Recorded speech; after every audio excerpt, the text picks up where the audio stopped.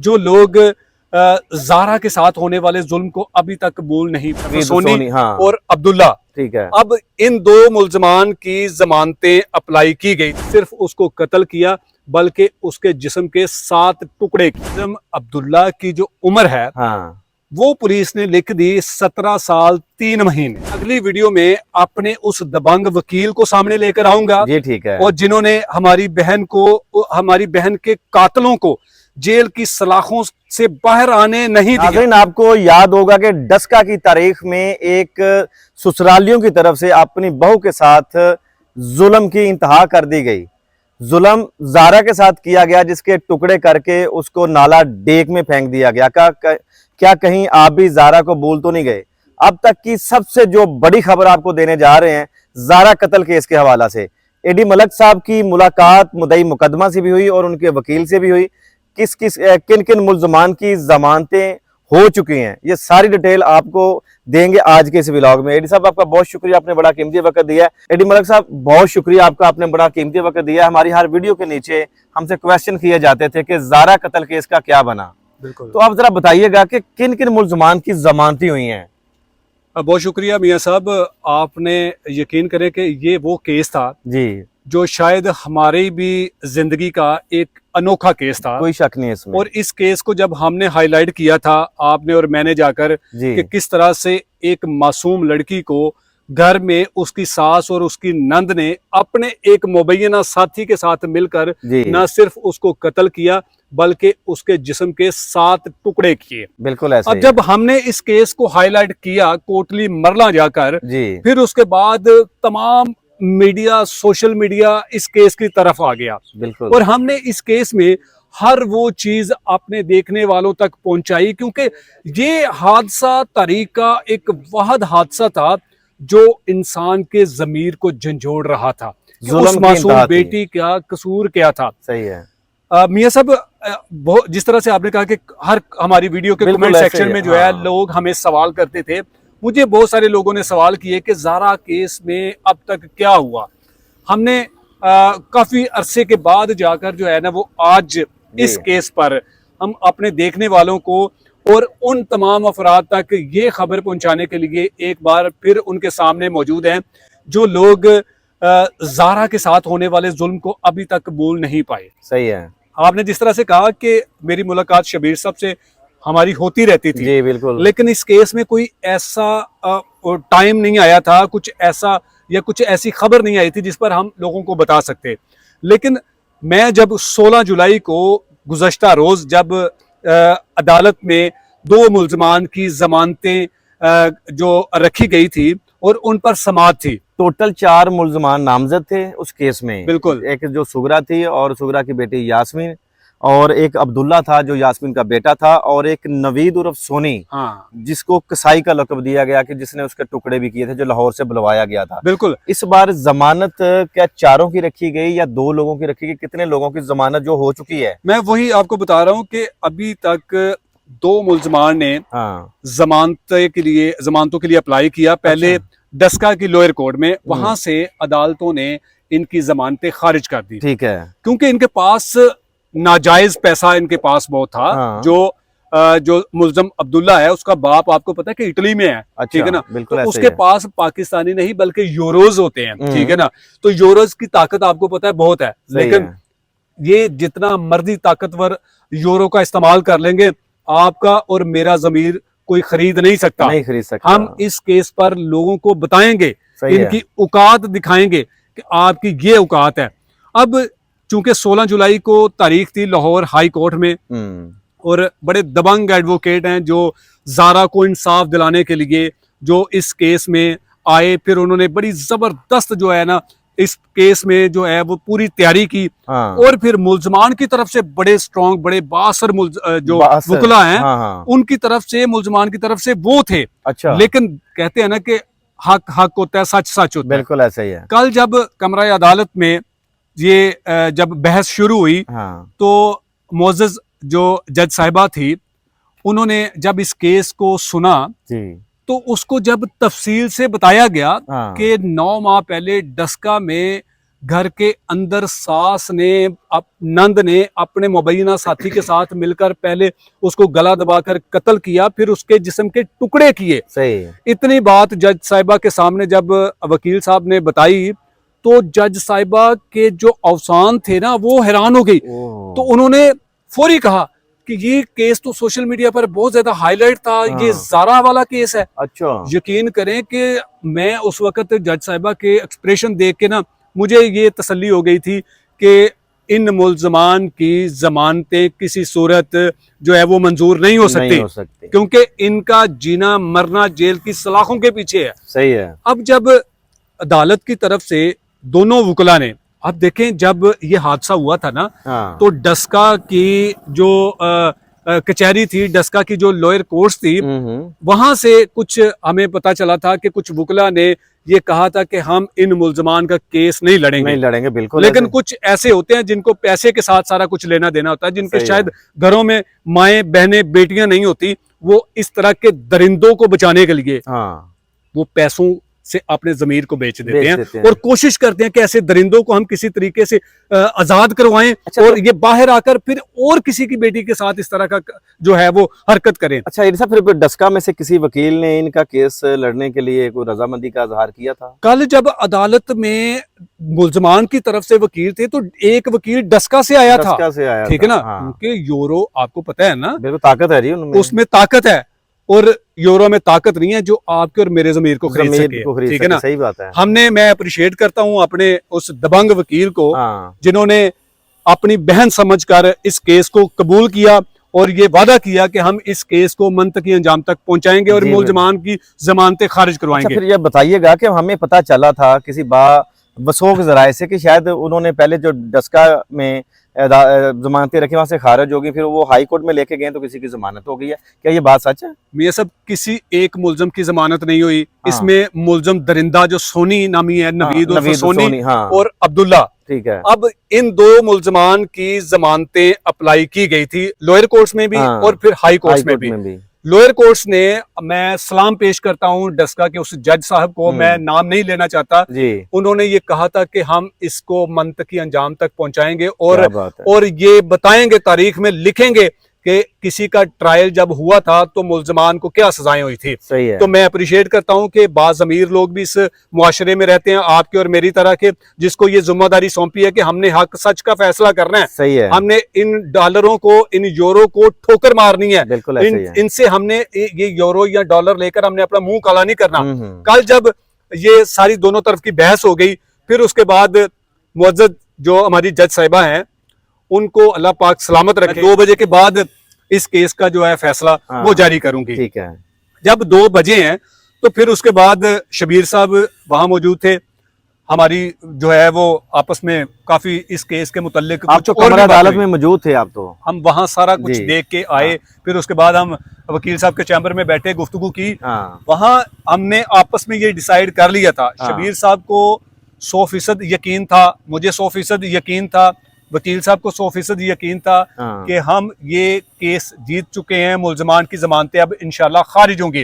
और 2 बजे के बाद यही फैसला आया। शबीर साहब, आप बता रहे हैं कि शबीर साहब में अंदर थोड़ी सी उनके अंदर घबराहट भी थी, थोड़ा सा मामला ये भी था कि कहीं जो पाकिस्तान में आजकल हो रहा है कहीं वो ना हो जाए कि जैसा वकील नहीं डायरेक्ट जज किए जाते हैं, तो वो क्या वो उनका। देखिए मियां साहब, मैंने आपको पहले कहा कि इस मुआशरे में बाज़मीर लोग जिंदा हैं, ठीक है ना।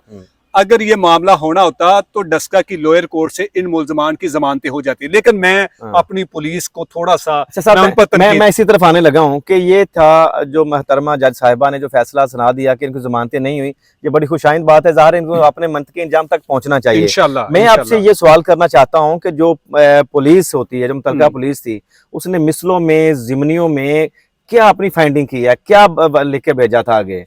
मियां साहब, इसमें जो इन्वेस्टिगेशन ने जो काम किया है ना, ये नुक्ते की बात आपने जरा बतानी है मुझे। ये बड़ा जबरदस्त काम किया है, लेकिन आपको पता है कि हमारी पुलिस भी चलान जमा करवाने के अखराजात होते हैं, मजबूरियां बड़ी हैं, बड़ी मजबूरियां होती हैं। तो इन मजबूरियों का फायदा तो किसी ना किसी को देना होता ही है। इस केस में जो फायदा दिया गया है वो मुल्जम अब्दुल्ला को दिया गया है। मुल्ज़म अब्दुल्ला जो यास्मीन का बेटा है, जो यास्मीन का बेटा, सुगरा का नवासा, सुगरा का नवासा, जिसने हमारी बहन जारा के टुकड़े उन बोरियों में डालकर अपनी नानी के साथ उस गंदे नाले में जाकर फेंक कर आया था, हाँ। उसका भी उतना ही कसूर है। बिल्कुल ऐसे ही, ठीक है ना। हाँ। अब उस मुल्ज़म को बचाने के लिए पुलिस ने क्या एक अपनी चालाकी की। अच्छा, वो कौन सी चालाकी, जरा बताइएगा। वो चालाकी ये है कि मुल्ज़म अब्दुल्ला की जो उम्र है, हाँ, वो पुलिस ने लिख दी 17 साल 3 महीने। 17 साल 3 महीने, बड़ी टेक्निकल बात है, बड़ी टेक्निकल बात आपने जरा गौर करनी है कि हमारा कानून किस तरह से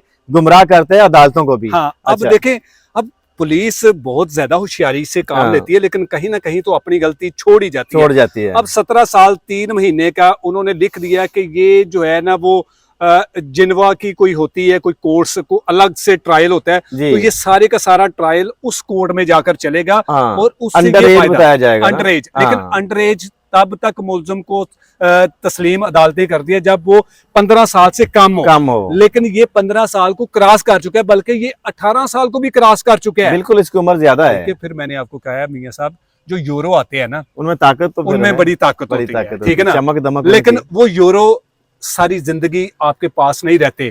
आपके जमीर को अंदर से वो यूरो जो है ना, वो दस्तक देते हैं कि किसी के साथ नाहक कर रहे हो, इसका आपने कहीं ना कहीं से हिसाब देना है। मतलब तो ये देंगे। मतलब यूरो का जोर फिर नहीं चला, जमीर जागे हैं, जमीर की आवाज दी गई है। मैं सलाम पेश करता हूँ जज साहिबा को कि उन्होंने बड़े अक्लमंदी से और इस हादसे को, देखें, हम चीखते रहते हैं, हम चिल्लाते रहते हैं कि बेटियों के लिए कोई कानून बना दे। अच्छा एडी साहब, इनके लिए अभी एक और ऑप्शन मौजूद है सुप्रीम कोर्ट की, जा सकते हैं उसमें? हाँ बिल्कुल, देखिए जी, उनका राइट है। वो अगर उनकी हाई कोर्ट से जमानतें खारिज हुई हैं तो मुझे लगता है कि मुल्ज़मान सुप्रीम कोर्ट जाएंगे। 50-50 चांस है कि वो सुप्रीम कोर्ट जाएंगे। लेकिन जो जज साहिबा ने अपने ऑर्डर में लिख दिया है, वो क्या लिख दिया है? वो मैं कानून का तालिब इल्म तो नहीं हूं। सही है। मैं अगली वीडियो में अपने उस दबंग वकील को सामने लेकर आऊंगा, जी ठीक है, और जिन्होंने हमारी बहन के कातलों को जेल की सलाखों से बाहर आने नहीं दिया और उन्होंने ये समझ के इस केस को लिया था कि जिस तरह से आप लोगों ने, हम मीडिया वालों ने अपनी बहन समझकर जारा के लिए आवाज उठाई थी ना, इसी तरह उस मेरे वकील दोस्त ने भी ये जारा को अपनी बहन समझकर उसने ये फैसला किया था कि मैं इन मुल्ज़मान की जमानतें खारिज करवाऊंगा, और खारिज हुई हैं। कुछ चांसेस इन चारों मुल्ज़मान में से किसी का है कि इन फ्यूचर किसी की कोई बेल जो है? नहीं मियां साहब, अब देखें, जज साहिबा ने ये भी कहा कि मैं ऑर्डर ये भी कर देती हूँ कि मैं लोअर कोर्ट्स में, जहां इनका ट्रायल 16 जुलाई को लोअर हाई कोर्ट में इन दोनों मुल्ज़मान की जमानतें खारिज हुई हैं, और 16 जुलाई को ट्रायल की पहली तारीख थी डस्का में, यानी कि ट्रायल शुरू हो चुका है। कल का 16 जुलाई को पहली शहादत थी, लेकिन वहां पर नहीं हो सके क्योंकि रिकॉर्ड हाई कोर्ट में आया हुआ था। अब जज साहिबा ने कहा कि मैं वहां ऑर्डर कर देती हूँ कि इस केस का फैसला 4 महीनों के अंदर अंदर किया जाए, ताकि मुल्ज़मान जो है वो जमानतों के लिए अप्लाई करे ही ना सकें, ताकि ये जब लोअर कोर्ट से इन मुल्ज़मान को सजाए मौत जब दी जाएगी, सुनाई जाएगी, मैं बड़े फख्र से कहूंगा कि मेरी वीडियो हर अदालत का जज देखता है कि हम इस मुआशरे में होने वाले जुल्म और सितम के खिलाफ आवाज उठाते हैं, और ऐसे कातलों को सजा दिलवाने का इख्तियार मेरे रब ने, आपके रब ने इनको दिया है, और इनको जिम्मेदारी के साथ अपनी उस कुर्सी का मान रखना है, अपने उस ओहदे का जो है ना वो फर्ज के साथ, ईमानदारी के साथ इस फर्ज को निभाना। और ऐसे मुल्ज़मान का मैं समझता हूं कि मैं अपनी सीसीडी अथॉरिटी को भी मैं कहूंगा, सुहेल जफर चट्टा साहब को भी मैं कहूंगा कि ये केस जारा को मारा नहीं गया अभी, एक जारा का कत्ल नहीं हुआ अभी। जारा जैसी पता नहीं कितनी मेरी बहनों को बेदर्दी से कत्ल कर दिया है, और जारा जैसी मौत मेरी दुआ है कि रब किसी को ना दे। यार मैं मियां साहब, जब मेरे वकील दोस्त ने जज साहिबा को बताया कि इन जालिमों ने हमारी उस बेटी का जब सर तन से जुदा किया था और उसके जो बाजू थे, इन्होंने जो जहां पर हम घर में किलियां जो कपड़े लटकाने वाली होती हैं वहां पर लटकाया हुआ था। यकीन करें, वहां जज साहिबा के एक्सप्रेशन देखने वाले थे कि वो उसके बस में होता ना, वो कहती कि इनको अभी सजाए मौत दे दो, लेकिन कानून के पाबंद है वो भी। अच्छा, कानून के एडी साहब, मुताबिक उन्होंने भी एडी साहब, सजाएं एडी देनी साहब, है। आपसे मेरा आखिरी सवाल है कि ये जो केस है अब बड़ी एक इनिशियल स्टेज में जब ये जा चुका है कि यहाँ पे फैसले होने हैं उनकी जिंदगी और मौत के, जो उनको सजा मिलनी है या उन्होंने बरी हो जाना है। तो शब्बीर साहब से आपकी बात हुई तो शब्बीर साहब की जान को भी खतरा है, अब वो बाहर जो केस लड़ रहे हैं। बिल्कुल बिल्कुल, देखें जी, इसके शबीर मतलब साहब आपकी को क्या बात हुई? सर, मैं हाँ। अपने शबीर भाई को, मेरे बड़े भाई हैं, ठीक है ना, वो मेरी बड़ी इज्जत करते हैं और हमारे बड़े भाइयों जैसे हैं, और मैं उनसे गुजारिश करूंगा और हमने कहा भी कि आप अपनी हिफाजत किया करें। और क्योंकि आजकल आपको पता है कि जो मामलात किस तरह के हैं, किस तरह के चल रहे हैं कि कचहरियों में, अदालतों में किस तरह से मुद्दइयों को मार दिया जाता है, मुल्जमान कितने बासर हैं। और ये मुल्जमान, जैसा कि मैंने शुरू में बताया, कि बहुत बाअसर वकला की टीम इन्होंने हायर की हुई थी, तो सोचे कितने लाखों रुपया दिया होगा।